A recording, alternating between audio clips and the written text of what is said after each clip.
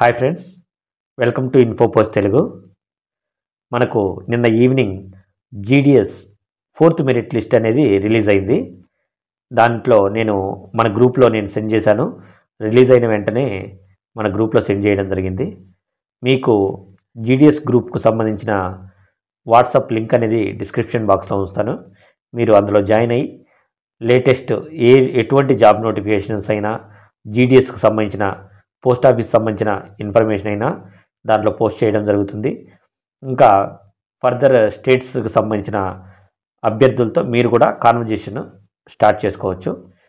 మనం టాపిక్లోకి వెళ్తే మనకు జీడిఎస్ 4th మెరిట్ లిస్ట్ అనేది రిలీజ్ అయిందండి. దీంట్లో మన అభ్యర్థులకు మళ్ళీ నిరాశ ఎదురైంది.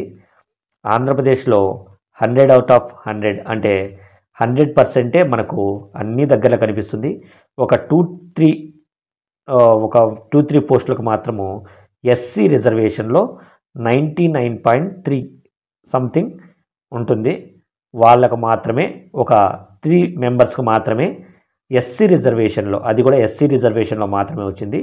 ఇంకా పీడబ్ల్యూడి కేటగిరీలో మాత్రం మనకు 95 వరకు, మనకు 92 నుంచి 95 మధ్యలో పోస్టులు అయితే కనపడుతున్నాయి. ఈ ఇద్దరికి తప్ప అందరికి కూడా మనకు 100% అనేది కన్ఫర్మ్ అయిపోయింది అంటే ఆంధ్రప్రదేశ్లో. నెక్స్ట్ మనం తెలంగాణ చూసుకున్నట్లయితే తెలంగాణలో ఆంధ్ర వాళ్ళు ఎక్కువ, అంటే ఆంధ్రానే కాదు ఫర్దర్ స్టేట్స్ కూడా ఉండొచ్చు, వీరందరూ కూడా తెలంగాణలో అప్లై చేయడం వల్ల ఇక్కడ తెలంగాణలో 95% లాస్ట్ కట్ ఆఫ్ కాబట్టి ఇక్కడికి వచ్చిన వాళ్ళు అంటే 95% కంటే పైన ఉండే వాళ్ళంతా ఇక్కడ ఆక్రమించడం జరిగింది. మనం ఫస్ట్ లిస్ట్లో మనం క్లియర్ కట్గా చూసాము. ఒక సెకండ్ లిస్ట్ నుంచి మన తెలంగాణ వాళ్ళకు జాబ్స్ అనేటివి వస్తున్నాయి. ఈ 4th లిస్ట్లో కూడా దాదాపు తెలంగాణ వాళ్ళకు ఎక్కువ పోస్టులు అయితే కనపడుతున్నాయి. కానీ ఇంకా కూడా డామినేషన్ అయితే ఉంది. అంటే కొంతమంది పక్కన స్టేట్స్ వాళ్ళు మనకు తెలంగాణలో తీసుకోవడం, జాబ్స్ రావడం అయితే మనం చూస్తూ ఉన్నాం. ఇది ఇప్పుడే కాకుండా ఫర్దర్ నోటిఫికేషన్స్లో కూడా ఇలానే దీని ప్రభావం చూపించవచ్చని మనం గమనించవచ్చు. ఇంకా నెక్స్ట్ చూసుకున్నట్లయితే ఇక్కడ తెలంగాణలో 95 కంటే కట్ ఆఫ్ కిందికైతే రాలేదు ఎక్కడా కూడా, పీడబ్ల్యూడి కేటగిరీలో తప్ప. మనకు ఇంకా ప్రతిదీ కూడా 95 లాస్ట్ కట్ ఆఫ్ ఉంది. అంటే తెలంగాణ వాళ్ళకి సంబంధించిన 95% వాళ్ళకు మాత్రమే జాబ్స్ వస్తున్నాయి. దానికంటే ఒక మార్క్ కిందికి ఉన్నా కూడా, అంటే 94 నుంచి 95 మధ్యలో ఉన్న పర్సెంటేజ్లకు కూడా మనకైతే జాబ్ వచ్చే పొజిషన్ అయితే ప్రజెంట్ అయితే లేదు. ఇది అందరూ గమనించాలి.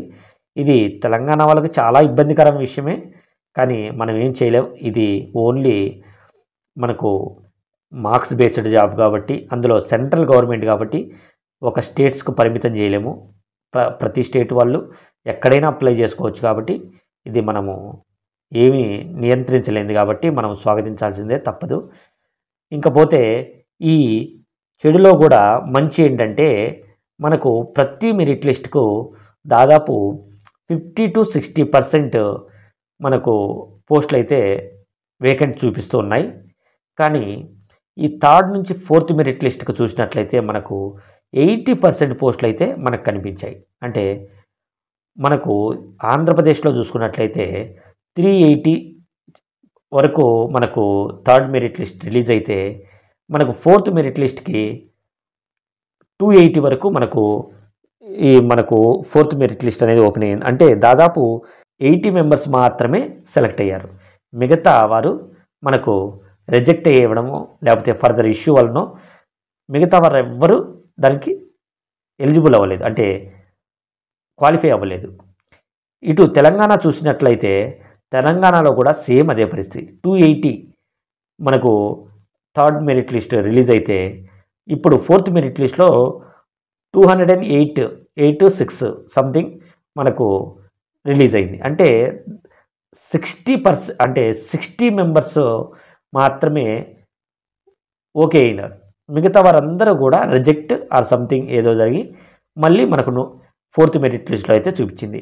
దీన్ని బట్టి మనం ఎలా ఆలోచించాలి అంటే ఖచ్చితంగా 5th merit list, 6th, 7th కూడా మెరిట్ లిస్ట్ వచ్చే అవకాశాలు అయితే మనకు కనిపిస్తున్నాయి.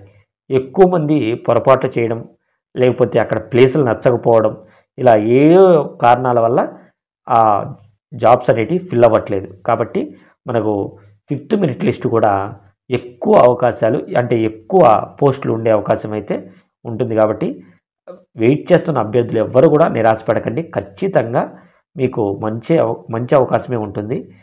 ఒకవేళ మీకు ఇంకా తక్కువ మార్కులు ఉంటే ఖచ్చితంగా జనవరిలో ఒక భారీ నోటిఫికేషన్ కంపల్సరీ వస్తుందండి.